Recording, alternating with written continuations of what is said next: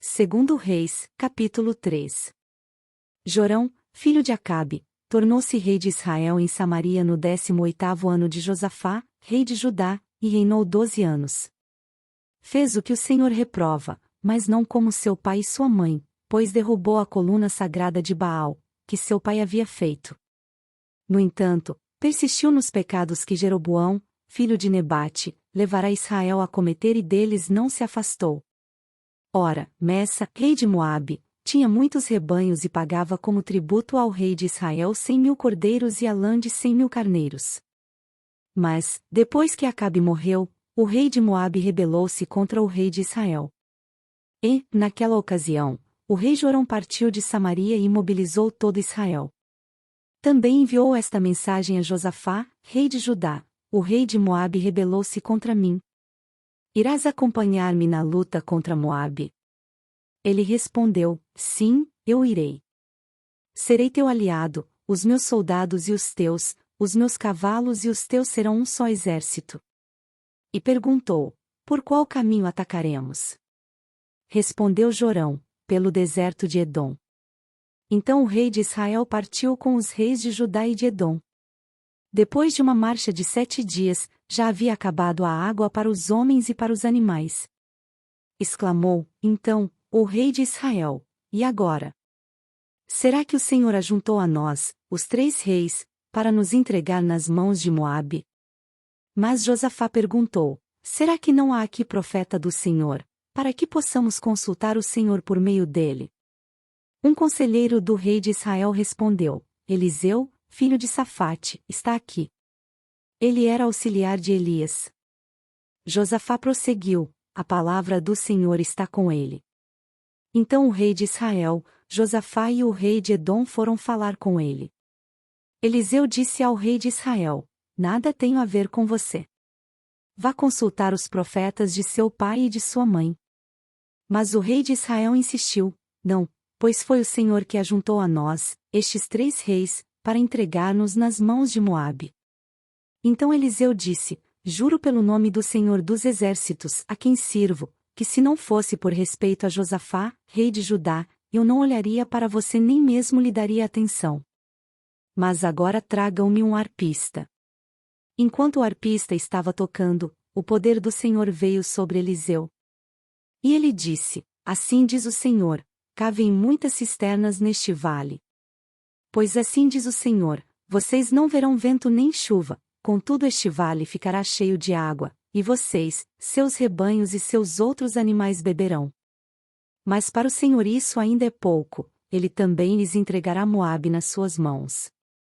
Vocês destruirão todas as cidades fortificadas e todas as cidades importantes. Derrubarão toda árvore frutífera, taparão todas as fontes e encherão de pedras todas as terras de cultivo. No dia seguinte, na hora do sacrifício da manhã, a água veio descendo da direção de Edom e alagou a região. Quando os moabitas ficaram sabendo que os reis tinham vindo para atacá-los, todos os que eram capazes de empunhar armas, do mais jovem ao mais velho, foram convocados e posicionaram-se na fronteira. Ao se levantarem na manhã seguinte, o sol refletia na água. Para os moabitas que estavam defronte dela, a água era vermelha como sangue. Então gritaram: é sangue.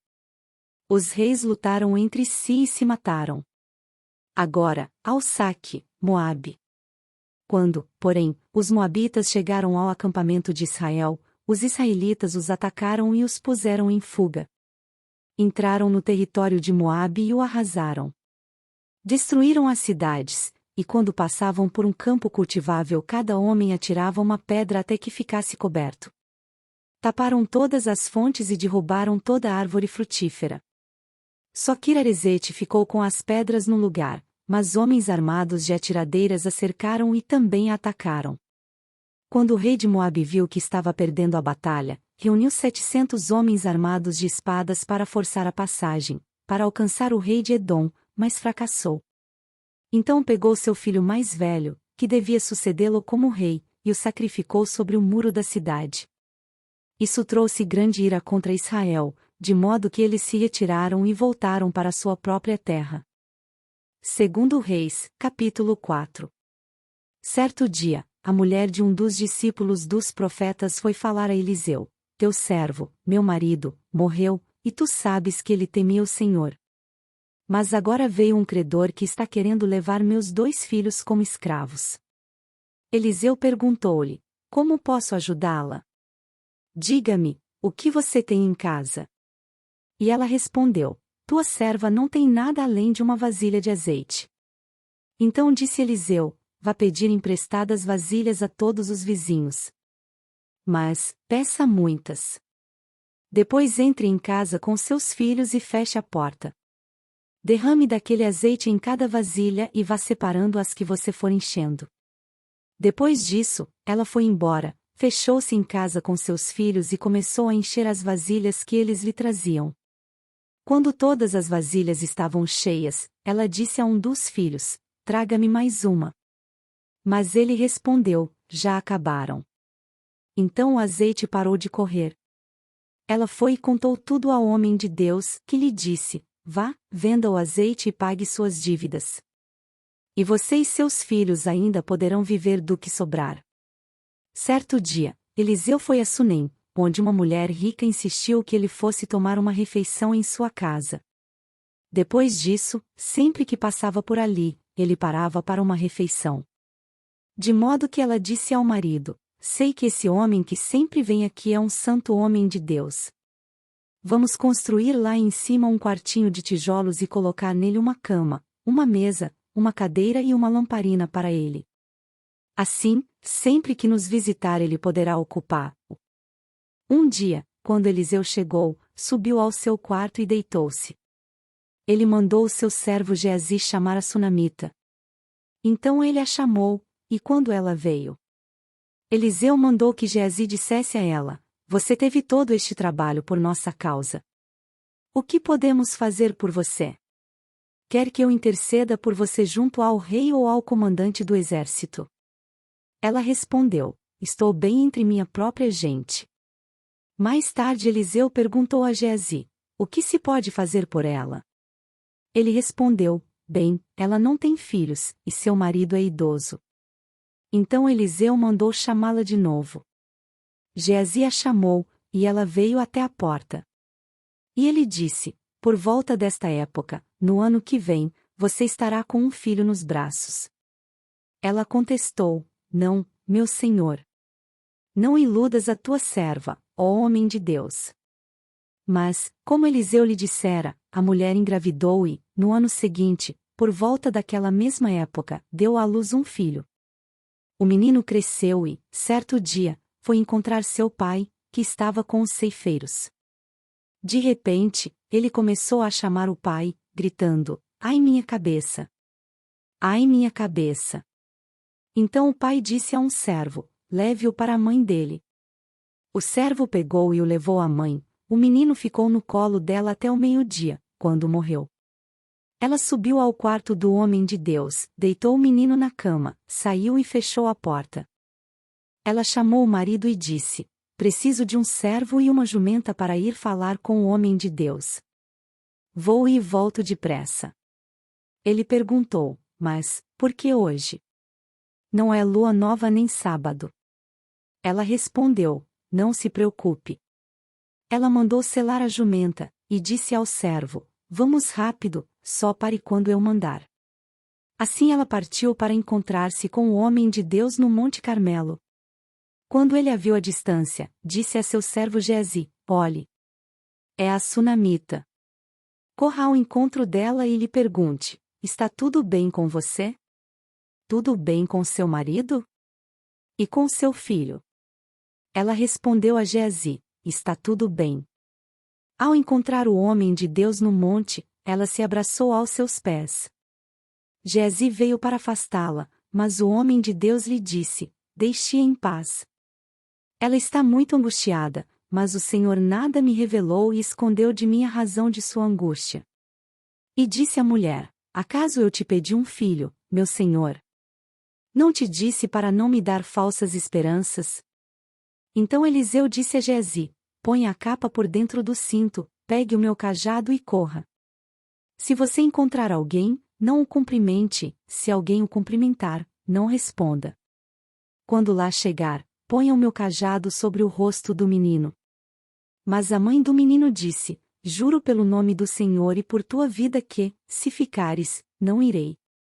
Então ele foi com ela. Geazi chegou primeiro e pôs o cajado sobre o rosto do menino, mas ele não falou nem reagiu.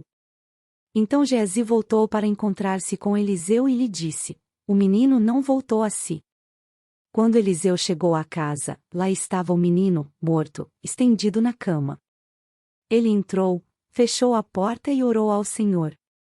Então, deitou-se sobre o menino, boca a boca, olhos com olhos, mãos com mãos.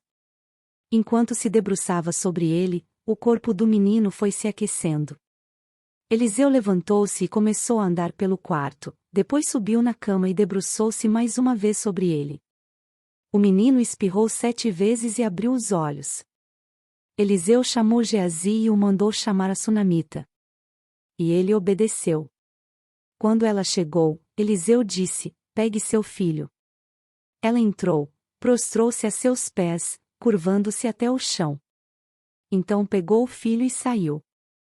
Depois Eliseu voltou a Gilgal. Nesse tempo a fome assolava a região. Quando os discípulos dos profetas estavam reunidos com ele, ordenou ao seu servo: Ponha o caldeirão no fogo e faça um ensopado para estes homens. Um deles foi ao campo apanhar legumes e encontrou uma trepadeira. Apanhou alguns de seus frutos e encheu deles o seu manto. Quando voltou, cortou-os em pedaços e colocou-os no caldeirão do ensopado, embora ninguém soubesse o que era. O ensopado foi servido aos homens, mas, logo que o provaram, eles gritaram: Homem de Deus, há morte na panela. E não puderam mais tomá-lo. Então Eliseu pediu um pouco de farinha, colocou no caldeirão e disse: Sirvam a todos. E já não havia mais perigo no caldeirão. Veio um homem de Baal-Salisa, trazendo ao homem de Deus 20 pães de cevada, feitos dos primeiros grãos da colheita, e também algumas espigas verdes. Então Eliseu ordenou ao seu servo: Sirva a todos.